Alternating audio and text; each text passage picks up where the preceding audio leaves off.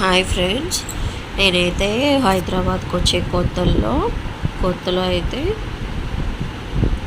అసలు నాకు బస్సు ఎక్కుతాను అనమాట. వాడేమో ఏరియా పేరు చెప్పేవాడు కాదు కండక్టర్ అతను.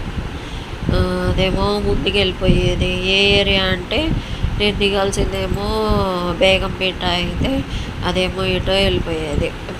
బేగంపేట దాటి వెళ్ళిపోయే ప్యారడైజ్ వెళ్ళిపోయేది అనమాట. నాకు అసలు తెలిసేది కాదు. వచ్చిన కొత్తల్లో చాలా ప్రాబ్లమ్స్ ఫేస్ చేశాను. ఈ బస్సెస్ వాళ్ళేమో ఏరియా సరిగ్గా చెప్పేవాళ్ళు కాదు. బేగంపేట దిగాల్సింది ప్యారడైజ్లో దిగేదాన్ని, ఎస్ఆర్ నగర్లో దిగాల్సింది కూకట్పల్లిలో దిగేదాన్ని.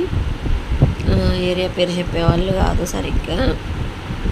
నేనేమో అడగడానికేమో కొంచెం మొహమాట పడేదాన్ని. తర్వాత ఒక ఆడిట్కి వెళ్ళాము. నేను అంటే సీఏ ఆర్టికల్స్ చేసేటప్పుడు ఒక ఆడిట్కి వెళ్ళాను అనమాట. మాకు ఆంధ్రజ్యోతి, ఈనాడు, నాట్కో అండ్ జీవీకే, హెరిటేజ్ ఇవి ఆడిట్స్ ఉండేవి మాకు. ఒకరోజు ఒక ఆడిట్కి వెళ్ళాను. యాక్చువల్గా వెళ్ళాల్సింది హెరిటేజ్ ఆడిట్ అనమాట. నాతో పాటు ఒక సీనియర్ వచ్చేవాళ్ళు. నేను హెరిటేజ్ ఆడిట్కి వెళ్ళాల్సింది.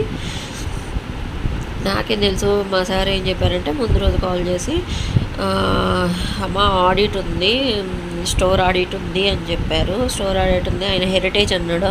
ఆ వర్డ్ నాకు వినిపించలేదు. స్టోర్ ఆడిట్ అనగానే నేను హెరిటేజ్ స్టోర్కి వెళ్ళాల్సింది రిలయన్స్ స్టోర్కి వెళ్ళి మొత్తం ఆడిట్ అంతా చేశాను, పెట్టి క్యాష్ ఆడిట్. మరి వాళ్ళు మా ఆడిటర్సా కాదా అని వాళ్ళు అడగలేదు. నేను బ్రహ్మయ్య ఆడిట్ కంపెనీ నుంచి వచ్చాను అని చెప్పి నేను చెప్పాను.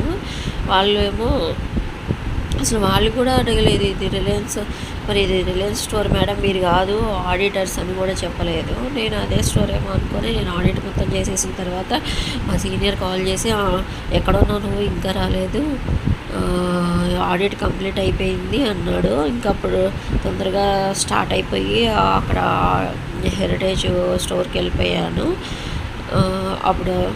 అప్పటికి ఆడిట్ మొత్తం కంప్లీట్ అయింది.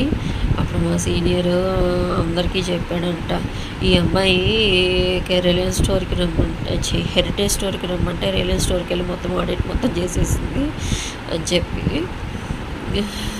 నాకైతే అసలు చాలా ఫన్నీగా అనిపించింది. కొత్తగా హైదరాబాద్ వచ్చినప్పుడు అయితే నాకు చాలా ఫన్నీ మూమెంట్స్ జరిగాయి. కొన్ని ప్రాబ్లమ్స్ కూడా ఫేస్ చేశాను.